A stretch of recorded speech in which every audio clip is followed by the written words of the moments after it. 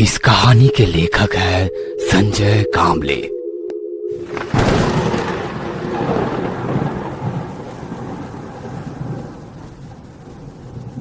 हल्की सी बरसात को अपने चेहरे पे झेलते गाड़ी चलाते हुए उसने कहा, सच यार, क्या रिसेप्शन था।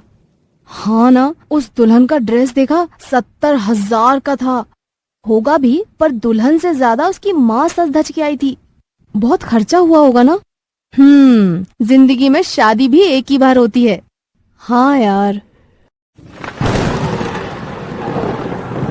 रात के करीब 10:30-11 बजे एक टू व्हीलर शहर के बीच सामान्य स्पीड पर आगे बढ़ रही थी।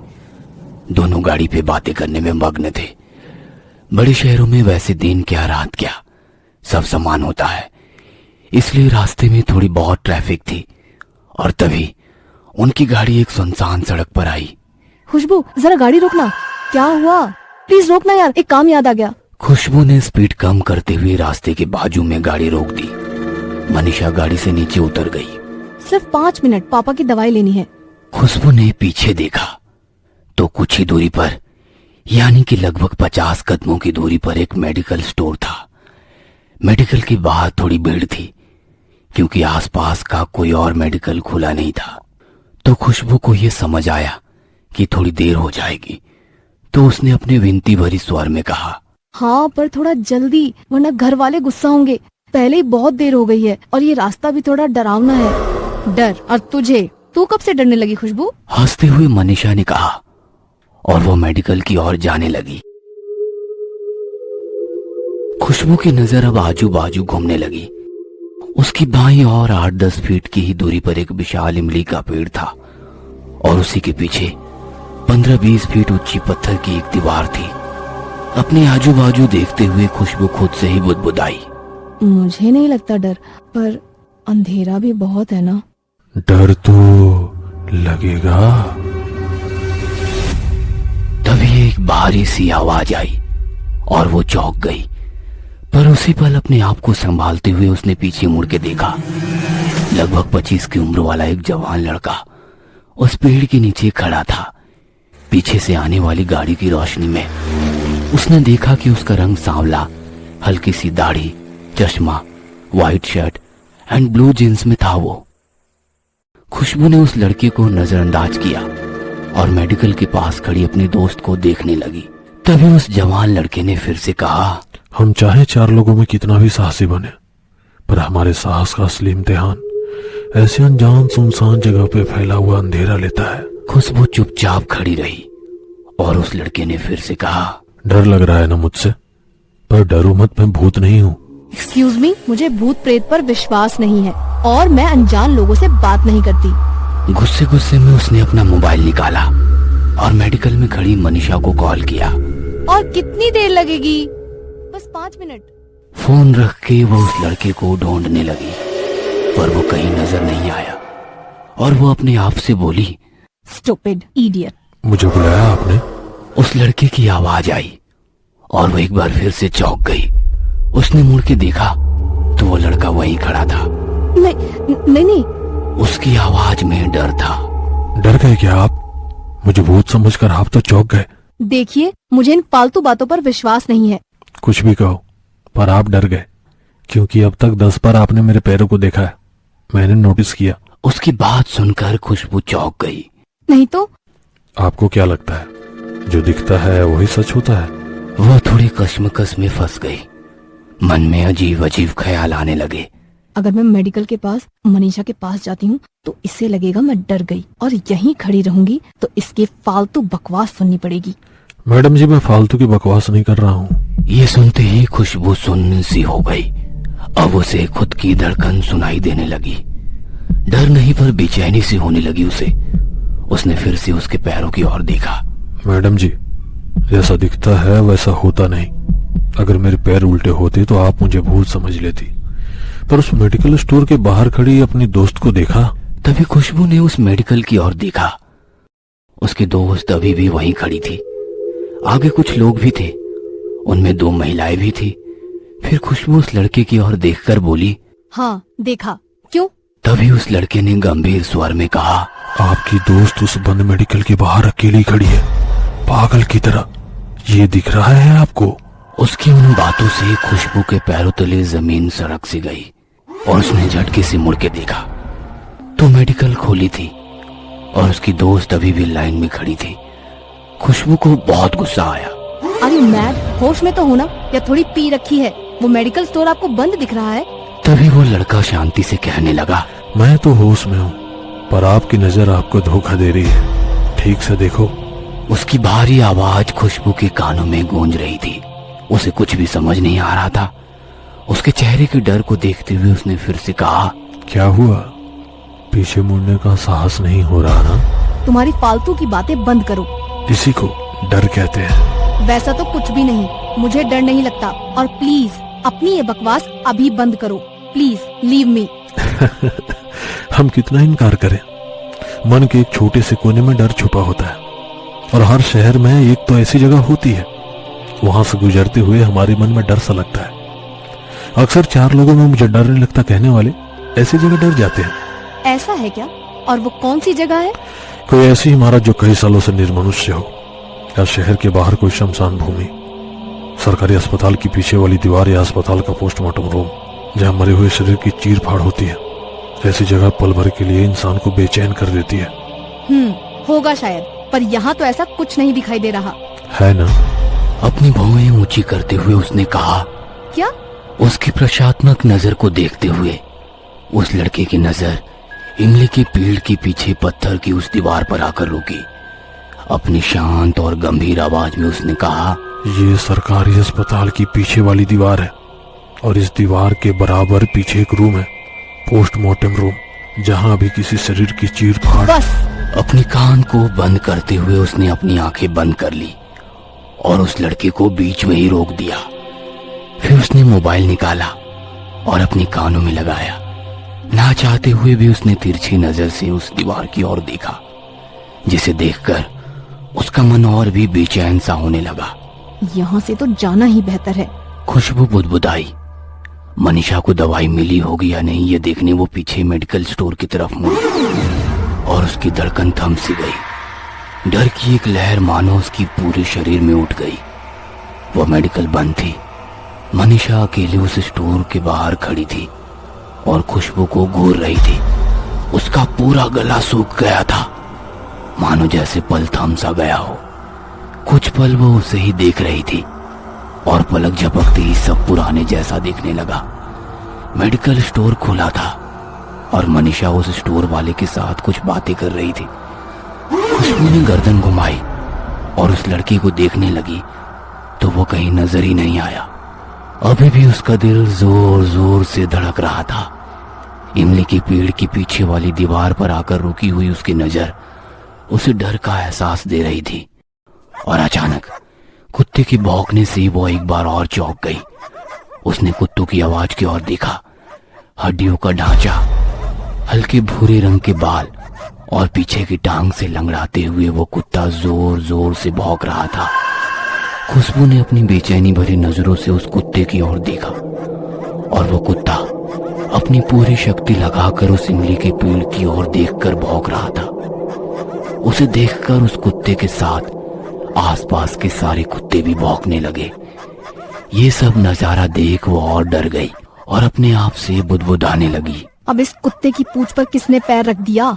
और वो पागल लड़का कहाँ गया? अभी तो यही था, फालतू का डर दिखा के चला गया। मुझे बुलाया आपने? उसकी आवाज सुनते ही उसने आवाज की ओर देखा। वो उसकी बाजू में खड़ा था। उसने शांति भरी आवाज में कहा, डर गए ना? खुशबू पर टिकी हुई नजर उसने कुत्तों की ओर घुमाई और कहा, देखिए, कुत्ते ऐसे बिना वजह तभी भौंकते हैं जब उन्हें आसपास कोई बुरी शक्ति होने का एहसास हो। उसकी बात सुनते ही खुशबू ने कुत्तों की ओर देखा। वो अभी भी उस इमली की पेड़ को देखते हुए भौंक रहे थे। मतलब? मैं कुछ समझी नहीं। मतलब भूत, पिशाच, चुड़ैल, डायन जैसी शक्तियों को हम आम इंसान देख नहीं सकते। उस शक्ति को ये प्राणी महसूस कर सकते हैं और जब भी कुत्ते रोते हैं तब ये शक्ति किसी को अपने साथ लेने आई होती है। यानी तुम कहना क्या चाहते हो कि यहाँ भूत है? होगा भी। इस पेड़ पर या आपके बाजू में, या शायद आपकी गाड़ी के पीछे वाली सीट पे बैठा होगा। कहीं भी हो सकता है। पर किस लिए? उस शक्ति को कोई शिकार पसंद आए तो उस शिकार को अपने साथ ले जाने का पूरी तरह प्रयास करते हैं। शायद आप उस शक्ति को पसंद हो। खुशबू को बहुत गुस्सा आता है। व्हाट नॉनसेंस, कौन हो आप? और मैं सुन रही हूँ तो आप मुझे कुछ भी बोले जा रहे हो। और प्लीज आप ना मुझसे बात ही मत करो। खुशबू की बातों से ये पता चल रहा था कि वो पूरी तरह डरी हुई थी।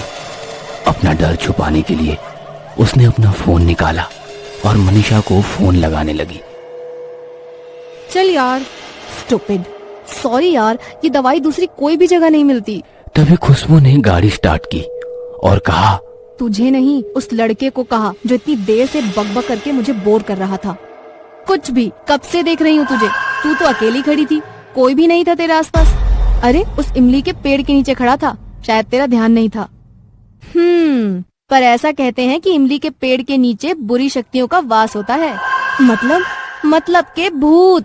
मनीषा की बात सुनते ही वो शांत हो गई और तभी पीछे से कुत्तों की रोने की आवाज आने लगी। उसके मन में अजीब सी बेचैनी होने लगी। बिना कुछ कहे वो सोचने लगी, मैं इतनी देर से किससे बात कर रही थी और कौन था वो? यह सब सोचते ही उसके मन में एक डर सा बन गया। उसका दिमाग सुन्न पड़ गया। उसे कुछ समझ नहीं आ रहा था कि ये सब क्या हो रहा है। वो बिना कुछ कहे गाड़ी चला रही थी और अचानक मोबाइल की रिंग बजी। गाड़ी रास्ते की साइड में लगाते हुए वो बोली, पापा का ही फोन होगा, डांट पड़ने वाली है अब। कहते हुए उसने फोन उठाया। सामने वाले की आवाज सुन के उसका दिमाग सुन्न पड़ गया। बिना कुछ कहे वो सिर्फ सुन रही थी। डर के मारे उसका पूरा बदन सुन्न पड़ गया और वो बेहोश हो गई।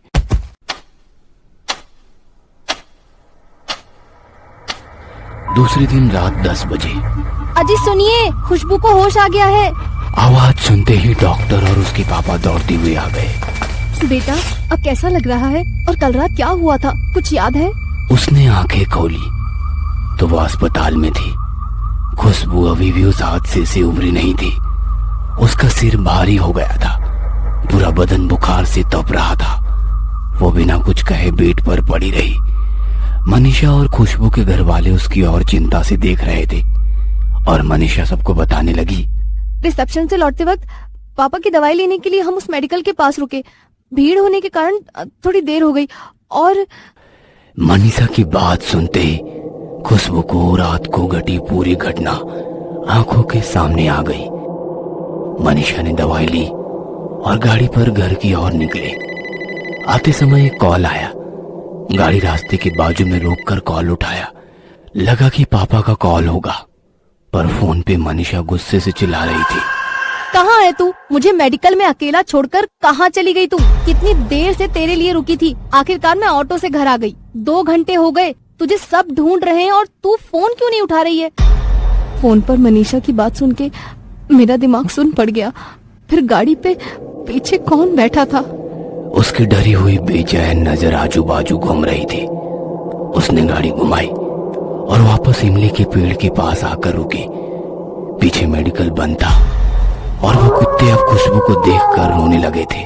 पूरा शरीर अब कांप रहा था। तभी उसे वो लड़का याद आया। यही कहीं होगा वो। फिर उसे कुछ सुनाई दिया। शिकार पसंद आया। दिल की धड़कनें जैसे रुक सी गई। ना चाहते हुए उसने आवाज की ओर देखा तो वो लड़का वहीं दीवार के पास खड़ा था। खुशबू आंखें फाड़ फाड़ के उसे देख रही थी। खुशबू को देख के वो अजीब सा हंसने लगा और दूसरे ही पल वो उस दीवार के आर पार चला गया। यह देखकर उसे चक्कर सा आ गया और वो बेहोश हो गई। उसे सब याद था, पर वो बताती तो किसी और कैसे। बहुत रात हो गई। खुशबू की माँ उसके साथ अस्पताल में ही रुक गई। बाकी सब लोग घर चले गए। डॉक्टर की दी हुई दवाई खाकर खुशबू बेड पर लेट गई। दवाई की वजह से उसे नींद कब लगी ये उसे पता ही नहीं चला, पर आधी रात में माँ माँ चिल्लाते हुए वो चौंक कर उठ गई। पूरा बदन पसीने से लथपथ था। दिल की धड़कन बढ़ी हुई थी। उसने देखा कि माँ बाजू में ही सोई हुई थी। कुछ देर वो वैसे ही लेटकर छत को देखती रही। तभी अचानक खट करके आवाज आई और उसने पास ही में खुली खिड़की की ओर देखा। वो उठकर खिड़की के पास चली गई। हल्की सी बरसात को देखते हुए उसकी नजर एक इमली के पेड़ के पास आकर रुक गई और उसका मन बेचैन हो गया। उसे मनीषा की कही हुई बात याद आ गई ऐसा कहते हैं कि इमली के पेड़ के नीचे बुरी शक्तियों का वास होता है। और वो अपने विचारों में खो गई। सचमुच वो लड़का एक आत्मा होगा। और दूसरे ही पल उस पेड़ के नीचे वो लड़का खड़ा दिखा। वो उसे घूर रहा था। अब डर के मारे उसका पूरा बदन कांपने लगा और वो झट से बाजू में आ गई। ये मेरा भ्रम है कि सच? उसे फिर से देखने की हिम्मत ही नहीं हो रही थी, पर उसने हिम्मत की और झांक कर देखा तो वो लड़का वहां नहीं था। बाप रे, वो सचमुच वहां पे था या मुझे कोई भ्रम हुआ? उसकी धड़कनें तेज हो गई थी, गला सूख गया था। तभी उसकी नजर टेबल पर पड़े अखबार पर गई। एक युवक की एक्सीडेंट में मौत। पेपर हाथ में लेकर उसने गौर से देखा तो वह उसी की फोटो थी। उसकी धड़कन रुक सी गई और वो सुन्न सी हो गई। यानी कि वो एक आत्मा था उस दीवार के पीछे। उसी का पोस्टमार्टम चल रहा था। उसे वो याद आया और पीछे से आवाज आई, शिकार पसंद आया। उस भारी आवाज को सुनते ही खुशबू की आंखें सफेद पड़ गई। तभी उसके सीने में जोर से दर्द होने लगा और उसे ऐसा लगने लगा कि उसके शरीर की सारी शक्ति किसी ने छीन ली हो। की आवाज से उसकी माँ की आंख खुल गई। उसने देखा कि खुशबू जमीन पर पड़ी हुई थी। अरे बेटा, क्या हुआ तुम्हें? माँ की आवाज सुनते ही नर्स वहां पर आ गई। डॉक्टर को बुलाओ कोई। नर्स दौड़ते हुए डॉक्टर को बुलाने गई। खुशबू ने हल्के से गर्दन घुमाते हुए खिड़की की ओर देखा। उसकी नजर खिड़की पे आकर रुक गई। उसे कुत्तों की रोने की आवाज आ रही थी। उसे उसकी कही हुई बात याद आई। जब सारे कुत्ते एक साथ रोते हैं तभी वो शक्ति किसी को अपने साथ ले जाने आई होती है, अपने शिकार को। तभी डॉक्टर आ जाते हैं। माँ कहती है, देखिए ना डॉक्टर, मेरी बेटी को क्या हुआ है? आप बाहर रुकिए, मैं देखता हूँ। नर्स सबको बाहर निकाल के दरवाजा बंद करती है। वार्ड बॉय खुशबू को उठाकर बेड पर रखते हैं। डॉक्टर उसकी जांच करना शुरू करते हैं। ऑक्सीजन लगाते हैं, बहुत सारी मशीनें चालू कर देते हैं। धीरे धीरे उसका शरीर ठंड पड़ता जा रहा था। आजू बाजू की सारी हलचल अब धुंधली हो रही थी, कुछ भी सुनाई नहीं दे रहा था। तभी बाजू की खुली खिड़की से एक ठंडी हवा का झोंका आया और उसके वो शब्द सुने, चलो निकलते हैं अब। और कुछ देर बाद, आई एम सॉरी मैडम, संभालिए अपने आप को।